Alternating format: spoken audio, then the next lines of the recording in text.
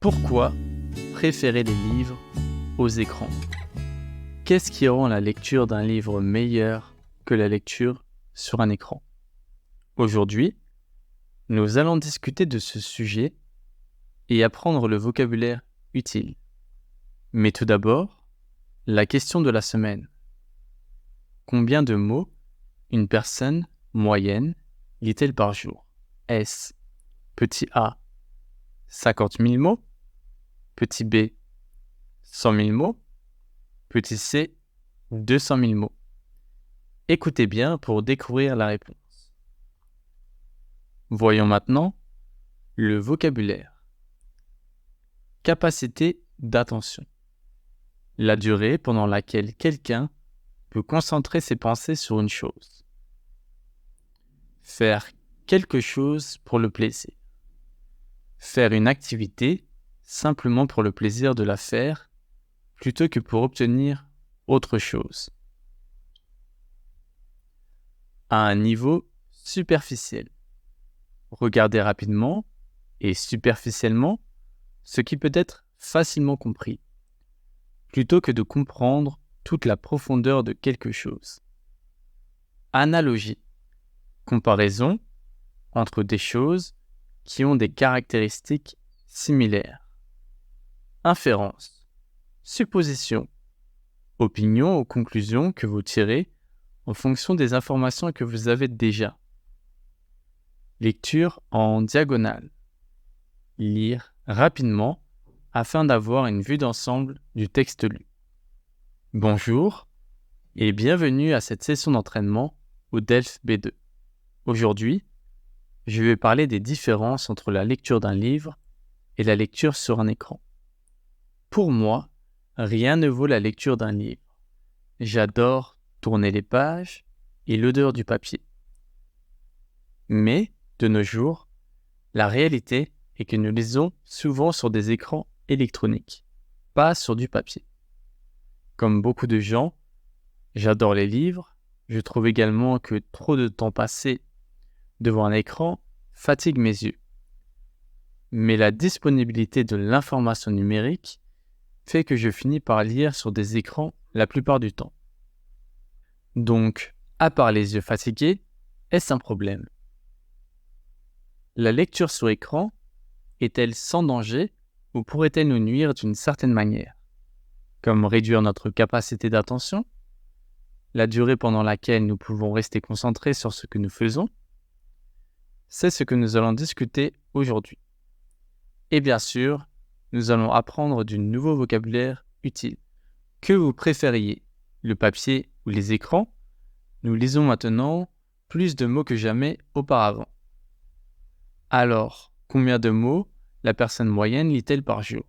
Est-ce petit a 50 000, petit b 100 000 ou petit c 200 000? Je vais deviner, la bonne réponse est 50 000 mots par jour. Bien sûr, il ne fait aucun doute que tout type de lecture est bon pour vous. Voici ce que dit Cressida Cowell, auteur des livres pour enfants « Comment dresser votre dragon ». Lire apporte 3 pouvoirs magiques: la créativité, l'intelligence et l'empathie. Lire pour le plaisir est l'un des 2 facteurs clés du succès économique futur d'un enfant. Vous avez plus de chances de ne pas être en prison, de voter, de posséder votre propre maison. Tous ces avantages résultent de la littératie.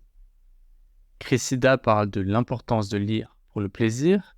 Lorsque vous faites une activité pour le plaisir, vous le faites simplement pour le plaisir de le faire, plutôt que comme un moyen d'obtenir autre chose. Elle énumère les nombreux avantages de la lecture pour les enfants, y compris le succès économique plus tard dans la vie, mais beaucoup de ces avantages dépendent d'un état connu sous le nom de lecture profonde. Analyser un texte pour comprendre son sens profond, et test après test, les chercheurs ont montré que les compétences de lecture profonde se développent mieux lorsque les enfants lisent des livres. La professeure Marianne Wolf est une enseignante et défenseur de la littératie des enfants dans le monde entier. elle explique davantage ce qu'est la lecture profonde. Quand nous lisons profondément, nous utilisons beaucoup plus notre cortex cérébral. La lecture profonde signifie que nous faisons des analogies, nous faisons des inférences, ce qui nous permet d'être vraiment critiques, analytiques, empathiques, humains. La réalité est que ce n'est pas ce que nous lisons ou combien nous lisons, mais comment nous lisons qui est vraiment important. Le volume même a des effets négatifs, car pour absorber autant, il y a une tendance à lire en diagonale. Les recherches de la professeure Wolf montrent que la lecture sur écran encourage la lecture à un niveau superficiel, rapidement et superficiellement.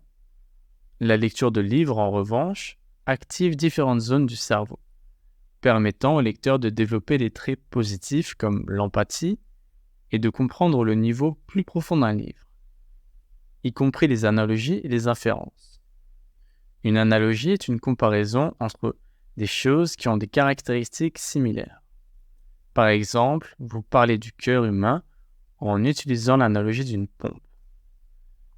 Une inférence est une supposition, une opinion ou une conclusion que vous tirez en fonction des informations que vous avez déjà.